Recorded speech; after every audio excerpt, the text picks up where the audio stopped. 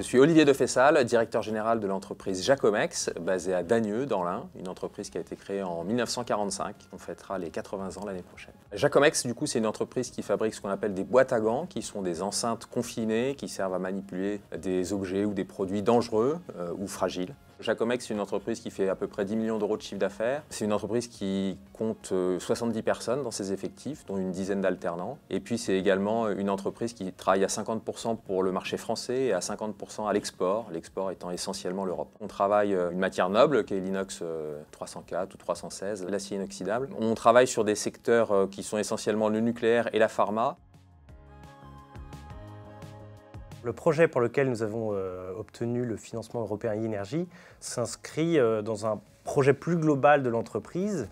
Donc nous, on est engagés pour réduire notre empreinte environnementale. Et notamment dans ce projet, on remplace toutes les clim et tous les systèmes de chauffage de nos bureaux. C'est un projet qui représente quand même 60 000 €.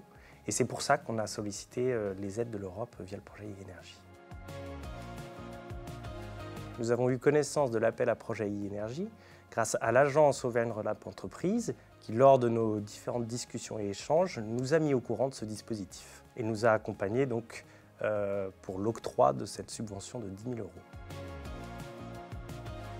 Le processus de candidature au financement s'est fait avec l'aide de l'agence, donc à commencer par un diagnostic de nos consommations énergétiques, ensuite la vérification de l'éligibilité de l'entreprise, puis ensuite un accompagnement tout au long du projet, avec notamment une aide à la rédaction, etc. Chose dont on avait pas mal besoin parce qu'il y a un format liste particulier à respecter et l'agence nous a aidés sur ces aspects-là.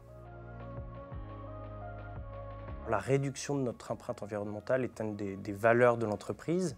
Donc on a un projet global pour répondre à ces objectifs-là. L'aide e-Énergie nous impose de faire au moins 5% d'économie à l'issue de ces travaux-là, ce qu'on espère faire largement et aller bien au-delà de ces 5%. C'est vraiment une démarche globale qui commence notamment par le remplacement de tous ces clims et ces chauffages. Les avantages de l'entreprise Europe Network, c'est de nous permettre, via l'agence, de bénéficier de subventions et d'aides de niveau européen, notamment sur les questions de décarbonation et d'environnement.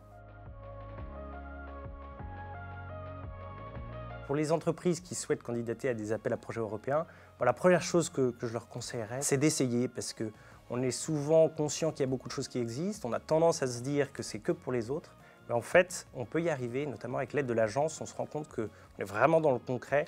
Donc il ne faut juste pas hésiter à demander, pas hésiter à être conseillé, et puis il faut y aller.